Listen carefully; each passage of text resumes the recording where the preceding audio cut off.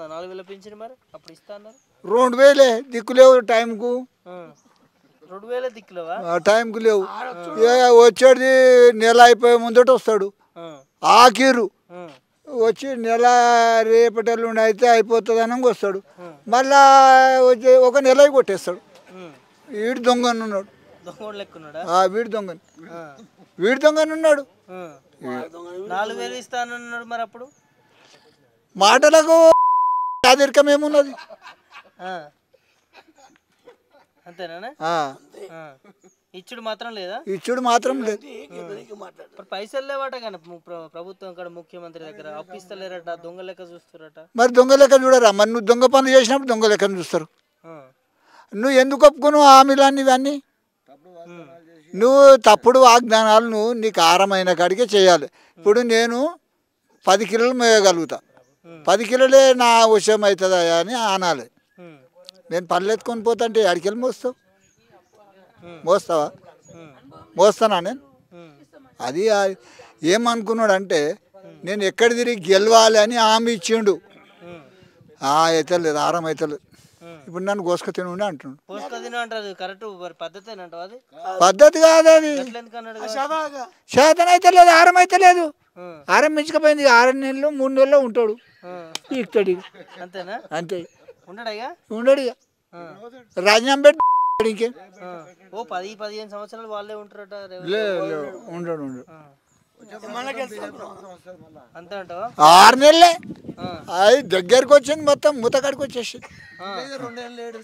2 నెలలే కూడా లేదు తమ్మి 6 నెలలే గ్యారంటీ ఎందుకు అంత ఖచ్చితంగా చెప్తున్నా నీకేం లీకులు వచ్చినాయి మరి నాకేం లింకులు వచ్చినాయి నాకు రోజు టీవీలో చూడనా నేను ఎందుకు 6 నెలలు ఎందుకుంటాడు ముఖ్యమంత్రి ఇంకా 3 ఏళ్ళు లేదు అబ్బుతలేదు పొయ్యి మీద ఎసరు పెట్టినాక బియ్యం తెస్తామంటే ఏడ కుదురుతుంది పొయ్యి మీద బాగుని పెట్టినాం బియ్యం అడికెళ్ళి అంగళ్ళకి వెళ్ళి తెస్తామంటే కుదురుతుందా ఇంట్లో పెట్టుకోవాలంట మొదలు ఇంట్లో అడ్వాన్స్ ఉంటేనే కుదురుతుంది లేవు బియ్యం లేవు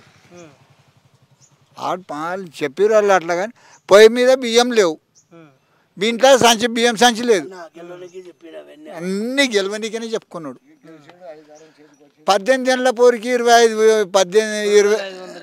2500 ఇస్తాను యాడికెళ్ళి ఇస్తాడయ్యా ఏమి దొంగలకు వచ్చి ఇస్తాడా ఎవరైనా గుట్ట దోషిస్తాడా ఏమి యాడికెళ్ళి ఇస్తాడు కళ్యాణ లక్ష్మి పైసలు కూడా కట్టలేవు వీడు వచ్చేసింది అవి కూడా కట్టలేవు బంగారం అడగొద్దటగా ఎవరు మరి ఎప్పుడు ఇస్తాడు ₹1,00,000 అయిందట తులానికి అయింది అయితే మరి నువ్వు వాని వల్ల నువ్వు కూడా అదే ₹1,16,000 ఇస్తే అయిపోతుండే కదా అడిగకపోయినా పెళ్ళి చేయకోం కదా పెళ్ళి చేస్తాం కదా వాడు పెట్టలేం లేదు కదా 1,00,000 అయింది 10,00,000 అయింది ఓకే పిల్ల పెళ్ళి చేస్తాం కదా సప్పో తెచ్చాం పెళ్ళి చేస్తాం కదా ఆయన గురించి అయితే ఊకం కదా అంతే ఏం చేస్తుంటావే నేను వ్యవసాయం పని చేసినా కానీ ఇప్పుడు చేతనైతే లేదని ఏం చేయ ఇంటికైనా ఉంటావా పింఛన్ తీసుకుంటున్నావా 4,000 ఎక్కడ సారు ఇచ్చేదే 2,000 అయినా 2,000 కూడా ఎలాగ రానే రావు ఎక్కడి 4,000 2,000 యాలకే లేవు అవి ఏమో ఇక ఆయన వేసినప్పుడు మేము తీసుకున్నప్పుడు ఏం చేస్తాం ఇక అప్పు అవుతుందట కానీ ప్రభుత్వం ఇక మరి అప్పు అవుతుందంటే ముందు తెలియదా సార్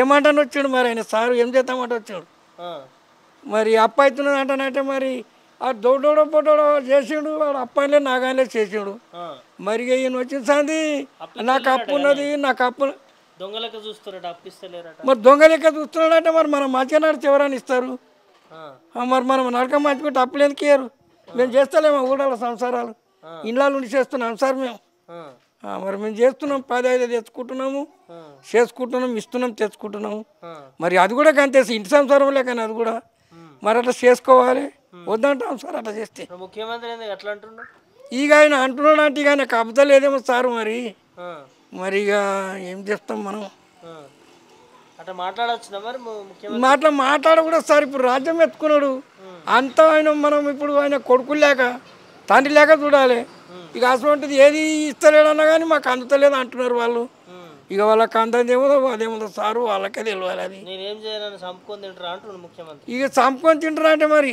ఏ మాటని వచ్చాడు సార్ ఆయన? రాజ్యం చేద్దామంటే వచ్చాడా, జనాలను తిప్పలు పెడదామంటే వచ్చాడు సార్? మరి మనకేమెరక అందరం వేస్తే ఓటు రాజు అంటే కుటుంబం గెలిపిస్తే మరి ఇప్పుడు కట్ట చేయబట్టి మన చేతులు ఏమన్నా సార్? ఏం చేసినా ఆయన దాయనే ఏం చేస్తాడో ఎక్కడిని మార్పు రావాలని వేసినాము. నా దేశం అంతా మంచిగా చేస్తాడేమో అనుకున్నాము, గట చేస్తున్నాడు సార్. దానికి మనం ఏం చేస్తాం? పైసలు లేవాట ఎత్తేసిండు మరి గ్యారెంటీల పరిస్థితి. ఇక పైసలు లేవంటే ఎత్తేసిండు అంటే ఏం చేస్తాం సార్? ఇప్పుడు ప్రతి ఒక్కటి ఆ రైతు బంధు అంటే కొందరికి ఇచ్చిండు, కొందరికి ఇవ్వలేదు. రైతు బంధులు కానీ అన్ని అట్లున్నాయి సార్. ఏది కరెక్ట్ ఉన్నది, ఏది లేదు. లేదు సార్. ముందు చెప్పారు, ఇప్పుడు ఇస్తలేరు సార్. చెప్పినట్టు ఆడిస్తారు సార్, ఇస్తలేరు. ఊర్లో ఇల్లు కట్టిస్తారా? ఎక్కడి సార్? అది ఒక కిటికీ మీద కదా సార్. చెత్త పోయి మాట్లాడాలంటే ఒక కిటికీ గొడవ పెట్టి చెత్త పోతుంటుంది సార్. అది ఉంటుందా? అది ఆయనతో కింద పడితే నల్లు కానిపోతారు మనుషులు. పిల్లర్స్ వద్దేమోదు ఒక కిటికీ మందం గోడలు పెట్టి చెత్తలు పోయి మాట్లాడట. ఇక కొందరు మేము కట్టుకోమంటున్నారట కూడా, మరి తెలియదు సార్. మరి సన్న బియ్యం ఆటినే పట్టి పంపుతున్నాడు. ఏందో అన్నమే మంచిగా తెలియదు అంటున్నారు.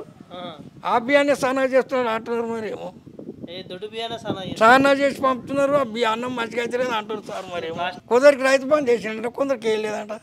రాని వాళ్ళేమో మాకు రానేలేదు అంటున్నారు, వచ్చిన వాళ్ళేమో మాకు వేసారు అంటున్నారు. ఏది కరెక్ట్ సార్? ఇది కరెక్ట్, అది కరెక్ట్. బాధపడరా సార్? మరి ఎవరైనా బాధపడతారు కదా. మాత్ మోసమైంది.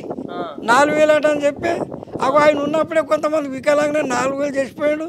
అవి నడుస్తున్నాయి. ఇక ఈయన నేను రాగానే ఇస్తాడని చెప్పాడు, ఇప్పటికి లేనే లేవు అవి. ఇంకేం చేస్తాం సార్? అంతే ఉన్నది. ఇక మరి అప్పు ఉన్నదంటానంటే మీరు రాజ్యం చేసినాడు, మరి అప్పు ఉంటుంది, నాకు ఉంటుంది సార్. అన్ని కలుపుకొని పోవాలి, వాళ్ళకి తెలవాలి. అది పెద్ద మనుషులు వాళ్ళు. మనం ఏం చేస్తాం సార్? ఇప్పుడు మన చేతులు ఏమున్నది? నీకు ఏమనుకుంటా సార్? గిట్టలే ఇచ్చినోడేమో కుషిపడతాడు, ఏనోడేమో ఏడుస్తాడు. అంతే మరి ఇంకేం చేస్తారు? అంతే ఉంది సార్. ఇప్పుడు ఎట్లుంటుంది? ఇక మనసు చూసుకోవడం ఎదుగుతారు. ఇంకేంది? ఎట్లయింది తెలియదా? మరి ఇంకేం చేస్తారు సార్?